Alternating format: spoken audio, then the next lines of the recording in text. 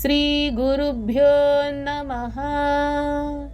హరి ఓం. అందరికీ నమస్కారం.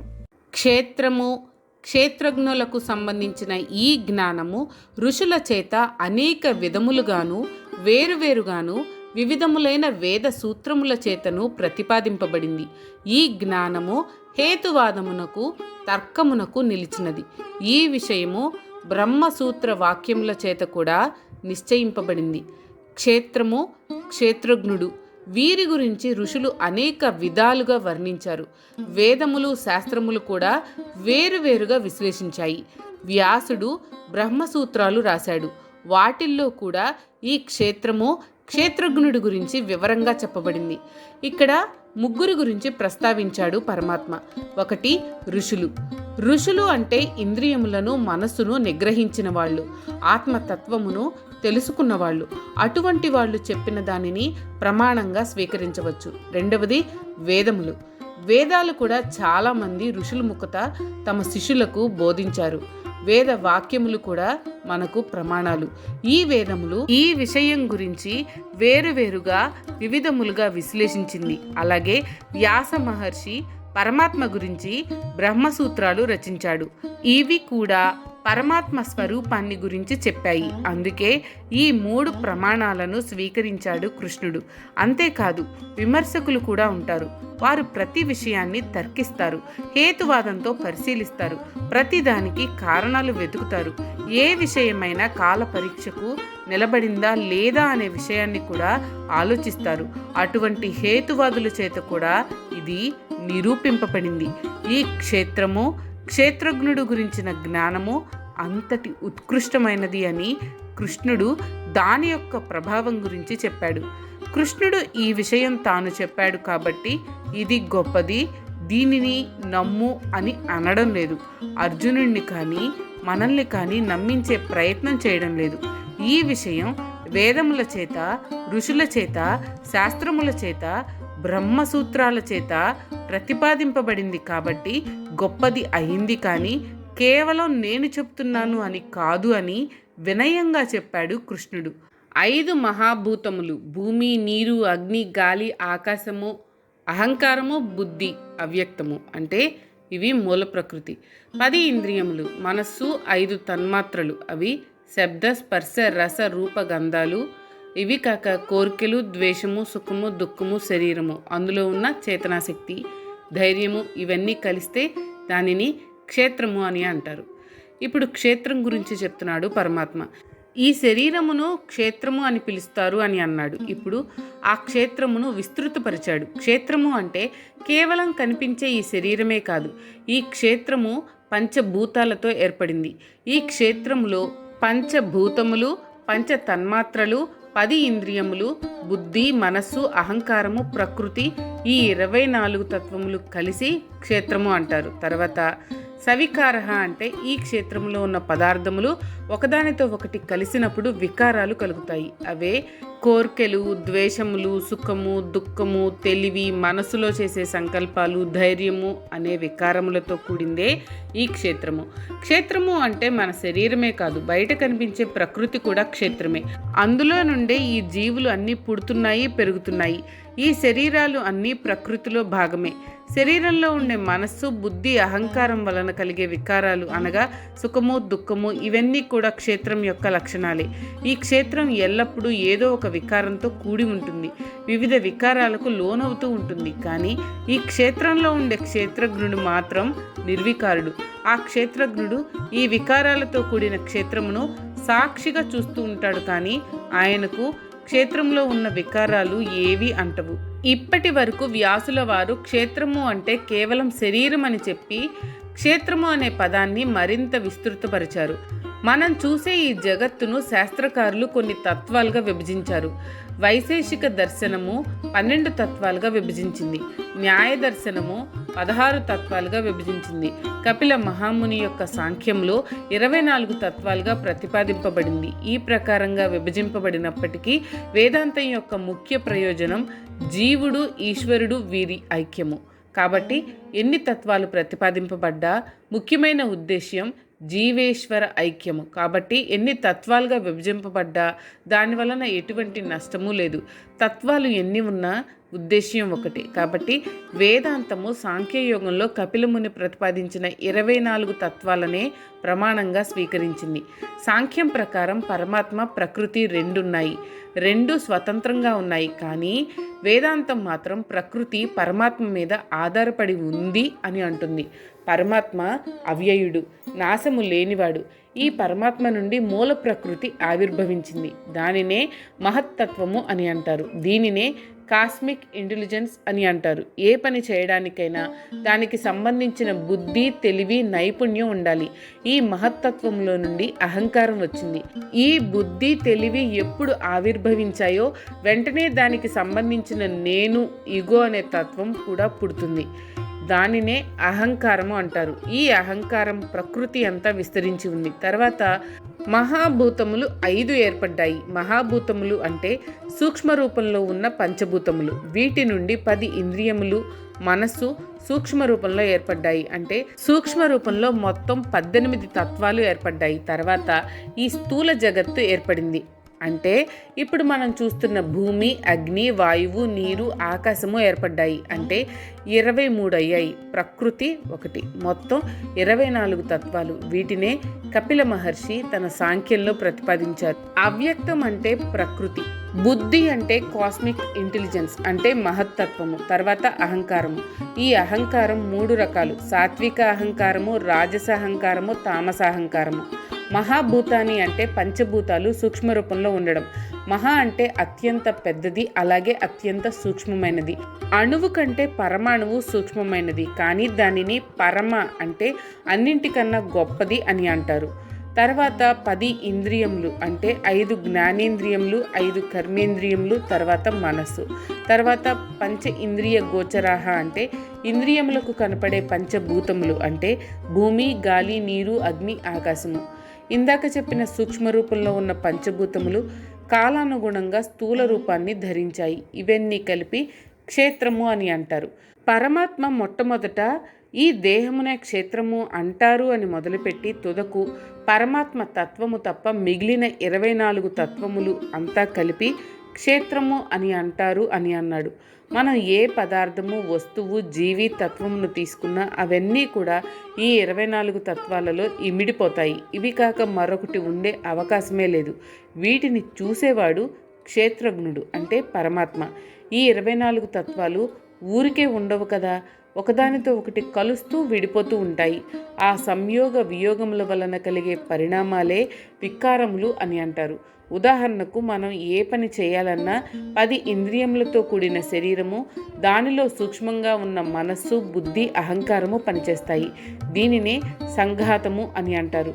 కానీ దీని వెంట చేతన అనే పదం ఒకటి వాడారు. చేతన అంటే చైతన్యము. మనం పరమాత్మను చైతన్య స్వరూపుడు అని అన్నాం. కానీ ఈ చైతన్యం అంటే ఏంటి? మనస్సు కూడా ఒక ఇంద్రియము అని చెప్పుకున్నాం. కాకపోతే ఇంద్రియాలు కనపడతాయి, మనస్సు కనపడదు, అంతే తేడా.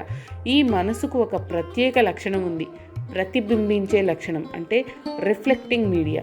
మనస్సు అద్దం లాంటిది. అద్దంలో మన ప్రతిబింబం కనపడినట్లు అది ప్రతి విషయాన్ని ప్రతిబింబిస్తుంది. అలాగే మన గదిలోకి సూర్యుని వెలుగు పడుతుంది. ఆ వెలుగులో అద్దం పెడితే అద్దం ఎదురుగా ఉన్న గోడ మీద సూర్యకాంతి ప్రసరించి గది నిండా వెలుగు నింపుతుంది. కానీ అది ప్రతిబింబ కాంతి మాత్రమే, సూర్యుని కాంతి కాదు. అదే అద్దం చీకట్లో ప్రకాశించదు, ఏ వెలుగును ప్రతిబింబించదు. కాబట్టి సూర్యకాంతిని అద్దం ప్రతిబింబిస్తూ ఉంది. అదే ప్రకారంగా ఆత్మ యొక్క చైతన్యాన్ని ఈ మనసు ప్రతిబింబిస్తూ ఉంటుంది. మనసు కూడా ఆత్మలాగా ప్రకాశిస్తూ ఉంటుంది. ఉదాహరణకు సూర్యుని వెలుగు చంద్రుని మీద పడి మనకు కాంతితో కూడిన వెన్నెల వస్తుంది. కానీ చంద్రుని నుండి వచ్చే వెన్నెల కాంతి సూర్యకాంతి కాదు. అందుకే చంద్రుడిని మనసుతో పోలుస్తారు. రెండు ప్రతిబింబించేవి అని అర్థం. కేనోపనిషత్తులో మొట్టమొదటి శ్లోకం ఈ విషయాన్నే ప్రతిపాదిస్తుంది. ఎవరి ప్రేరణ చేత, ఎవని చేత ప్రేరేపింపబడి మనసు కదులుతూ ఉంటుందో, మనోవేగంతో ప్రయాణిస్తూ ఉంటుందో అతడే విశ్వచైతన్యం. విశ్వచైతన్యం ప్రతి జీవిలోనూ ఆత్మ చైతన్యంగా ప్రకాశిస్తూ ఉంది. కాబట్టి మనసు ఆత్మ చైతన్యం యొక్క ప్రతిబింబం. మరి ఈ ప్రతిబింబం ఎక్కడ ఉంది? సూర్యుడు అంతరిక్షంలో ఉన్నాడు. అద్దంలో ఉన్న సూర్యుడు భూమి మీద ఉన్న మన ఇంట్లో ఉన్న అద్దంలో ఉన్నాడు. అలాగే ఈ చైతన్య ప్రతిబింబం మన శరీరంలో ఉన్న మనసులో ఉంది, అంతేకాని ఆత్మలో లేదు. అంటే ఈ ప్రతిబింబ చైతన్యము క్షేత్రమే కానీ క్షేత్రజ్ఞుడు కాదు. అందుకని చేతన అని క్షేత్రము గురించి దాని వికారాలను వివరించే శ్లోకంలో చెప్పాడు వ్యాసుల వారు. తర్వాత వికారముల గురించి చెప్పారు. అవే ఇచ్ఛాద్వేష సుఖం దుఃఖం. ఈ ప్రతిబింబిత చైతన్యం కలిగిన మనస్సు బయట ప్రపంచంలో తిరుగుతూ ఉన్నప్పుడు ఇది కావాలి, అది కావాలి, ఇది వద్దు, అది వద్దు, ఇది నాకు ఇష్టం, అది నాకు అయిష్టం అనే వికారాలు సహజంగా కలుగుతూ ఉంటాయి. ఇష్టమైనవి లభించినప్పుడు సుఖం, ఇష్టం లేనివి లభించినప్పుడు దుఃఖం కలగడం అంతా అత్యంత సహజం. అందుకని ఇచ్ఛాద్వేషాలు, సుఖదుఖాలు మనస్సు నుండి పుట్టిన వికారాలు. ఇక్కడ చెప్పబడిన ఆఖరి వికారం ధృతి. దానినే సంకల్ప శక్తి అంటారు. మనం ఒక వస్తువు కావాలని దాని వెంట పడతాం, దానిని పొందడానికి సంకల్పం చేస్తాం, అంటే గాఢంగా కోరుకుంటాం. మనకు ఇష్టం లేని వస్తువు నుండి దూరంగా పారిపోవాలని కోరుకుంటాం. అంటే పూజ చేసేటప్పుడు సంకల్పంలో చూడండి, నాకు అది కావాలి, ఇది కావాలి అని కోరుకుంటాం. దుఃఖములు నివారణ కావాలి, కష్టాలు తొలగిపోవాలి అని కోరుకుంటాం. ఈ సంకల్ప శక్తినే ధృతి అని అంటారు. ఈ ధృతి కూడా ఇచ్ఛాద్వేషములతో అనుసంధానం అయి ఉంటుంది. ఈ వికారాలన్నీ కూడా క్షేత్రం యొక్క వికారాలే. ఏతత్ క్షేత్రం సవికారం ఉదాహృతం. అంటే ఆ క్షేత్రము ఈ వికారాలు అన్నింటితో కూడినది అని చెప్పబడింది అని వ్యాసుల వారు క్షేత్రము గురించి సమాసేన అంటే సంగ్రహంగా వివరించారు.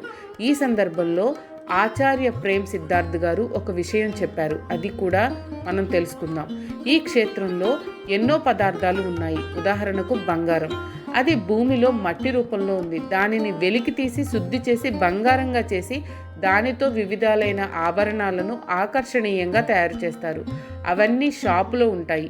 ఇప్పటి వరకు అవి పదార్థాలే. వాటిని చూసి అవి నాకు కావాలి, నాకు చెందాలి, నా దగ్గరే ఉండాలి అనే సంకల్పం కలిగితే అప్పుడు అవి విషయాలవుతాయి. విషయము అంటే బంధనం కలిగించేది. ఎలాగంటే ప్రపంచంలో దొరికే పదార్థాలను పొందాలనే కోరిక పుడుతుంది. వాటి వెంట మనసు పరిగెడుతుంది, వాటిని సంపాదిస్తుంది, తన సొంతం చేసుకుంటుంది. అప్పుడు ఆ విషయాల వలన బంధం కలుగుతుంది. ఆ బంధాలే వాసనలు. ఈ వాసనలు గాఢంగా పరిణమించి మరుజన్మకు కారణమవుతాయి. ఇది ఒక్క బంగారానికే కాదు, భూమి, ధనం, ఇల్లు, పదవి, స్త్రీ, సంతానం, బంధువులు, మిత్రులు, వివిధాలైన సుఖాలను ఇచ్చే వస్తు సముదాయం మొదలైనవి అన్నీ ఈ విషయాల క్రిందకే వస్తాయి. అందుకే వీటిని విషయ వాంఛలు అని అన్నారు. వీటి నుండి దూరంగా ఉండడమే వైరాగ్యం. దానినే మనం అలవరుచుకోవాలి.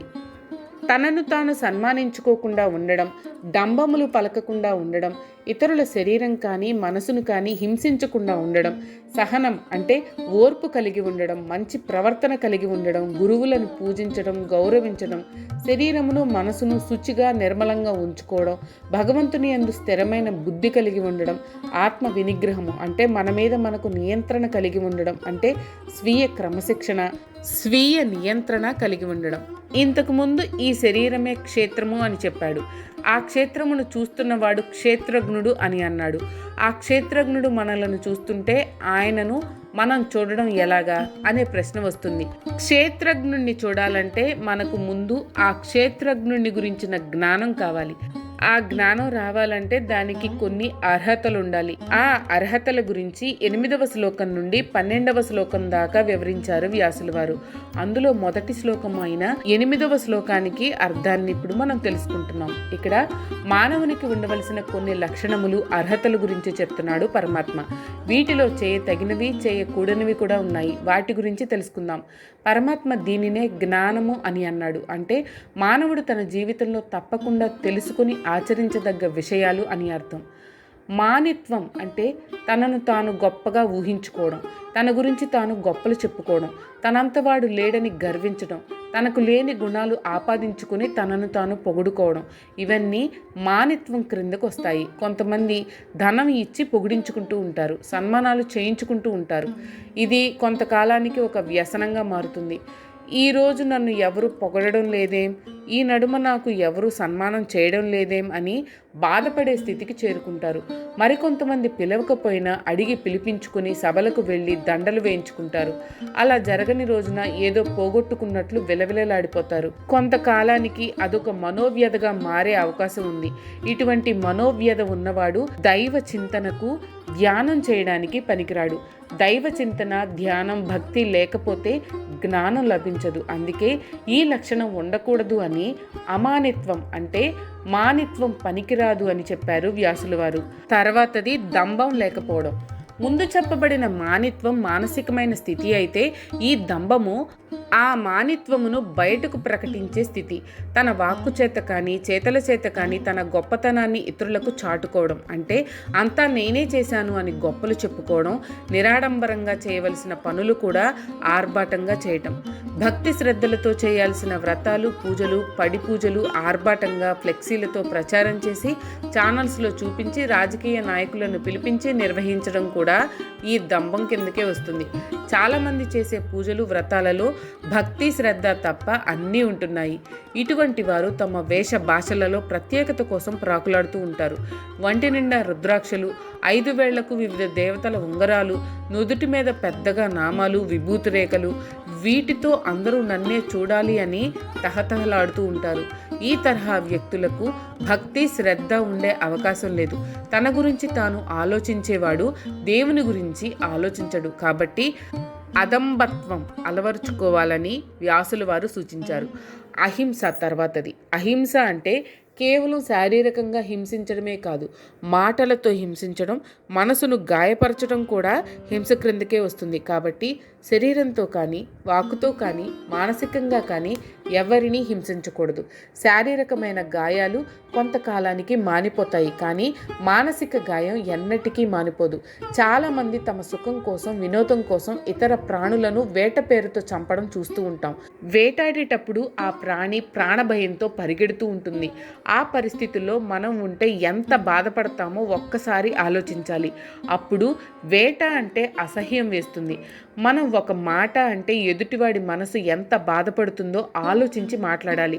సాధ్యమైనంత వరకు చెట్టు చేమలకు కూడా హింస చేయకూడదు. అందుకే ఎండిన చెట్లనే కలప కోసం ఉపయోగించమంటారు. మనం చేసే హింస అంతా మన ఖాతాలో జమ అవుతూ ఉంటుంది. సమయం వచ్చినప్పుడు మనం చేసిన హింస మనకే తగులుతుంది. అందుకే పతంజలి యోగ శాస్త్రంలో ఈ అహింసను ప్రధానంగా సూచించారు. అహింస పరమో ధర్మ అని ఆర్యోక్తి. కాబట్టి అహింసను ఒక వ్రతంగా, ధర్మంగా ఆచరించాలి. ఓర్పు కలిగి ఉండడం, దీనినే సహనం అని కూడా అంటారు. తితిక్ష అని వేదాంత పరిభాషలో అంటారు. ఓర్పు అనేది మనసుకు సంబంధించింది. ప్రతిదానికి రియాక్ట్ అవ్వకూడదు. కొంచెం ఆలోచించి రియాక్ట్ అవ్వాల్సిన దానికే రియాక్ట్ అవ్వాలి. అంటే ఓర్పు కలిగి ఉండాలి. కొంతమంది కేవలం తమ వాళ్ళ వద్ద నుండి ఫోన్ రాకపోతేనే అల్లల్లాడిపోతారు. ఇల్లంతా అల్లకల్లోలం చేస్తారు. మా వాడు 3 రోజులైంది ఫోన్ చేసి అని కనిపించిన వాడికల్లా చెప్తారు. ఇంతకు ఏమీ ఉండదు. వాడు ఏదో టూర్ వెళ్ళి ఉంటాడు. అటువంటి వారికి మనోనిగ్రహ శక్తి చాలా తక్కువగా ఉంటుంది. కాబట్టి ఓర్పుతో ఉండడం అలవాటు చేసుకోవాలి. ఓర్పు లేకుండా ప్రవర్తిస్తే ఏమవుతుంది? ఏమీ కాదు. నీ మనసు ఎప్పుడూ అల్లకల్లోలంగా ఉంటుంది. సరి అయిన నిర్ణయం తీసుకోలేవు. ఓర్పు, సహనం ఎందుకు అవసరమని మీరు అనొచ్చు. జీవితం మన చేతుల్లో లేదు. జరిగేది జరుగుతూ ఉంటుంది. అది తెలిసి కూడా ప్రతిదానికి హైరాణ పడడం ఎందుకు అని మనలను మనం ప్రశ్నించుకోవాలి. తొందరపాటు తగ్గించుకుని కాస్త ఓర్పు వహిస్తే పరిస్థితులు అన్నీ చక్కబడతాయి. అందుకే జ్ఞానికి, సాధకుడికి ఓర్పు అవసరం. ఆర్జవం అంటే మంచి ప్రవర్తన కలిగి ఉండడం, జీవితాన్ని ధర్మబద్ధంగా, శాంతియుతంగా, ఎవ్వరికీ హాని చేయకుండా గడపడం, మన వల్ల ఎవ్వరూ కష్టపడకూడదు, నష్టపడకూడదు అనే భావన కలిగి ఉండడం. మనం ఏ పని చేసినా మనస, వాచ, కర్మణ ఒకటిగానే చేయాలి. ఒకటి ఆలోచించి మరొకటి చేస్తానని చెప్పి ఇంకొకటి చేయడం మంచి ప్రవర్తన అనిపించుకోదు. ఇచ్చిన మాట నిలబెట్టుకోవడం అత్యంత ముఖ్యం.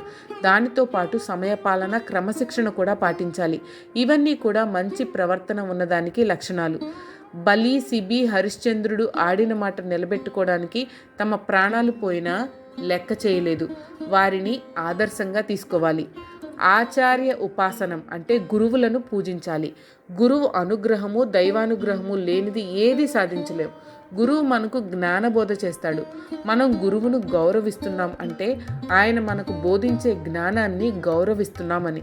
గురువు అంటే కేవలం గురువు శరీరం కాదు, ఆయనలో ఉండే విద్య, జ్ఞానం, బోధించే శక్తి, మనలను మంచివారుగా తీర్చిదిద్దే తత్వం, వీటిని గౌరవిస్తున్నాం.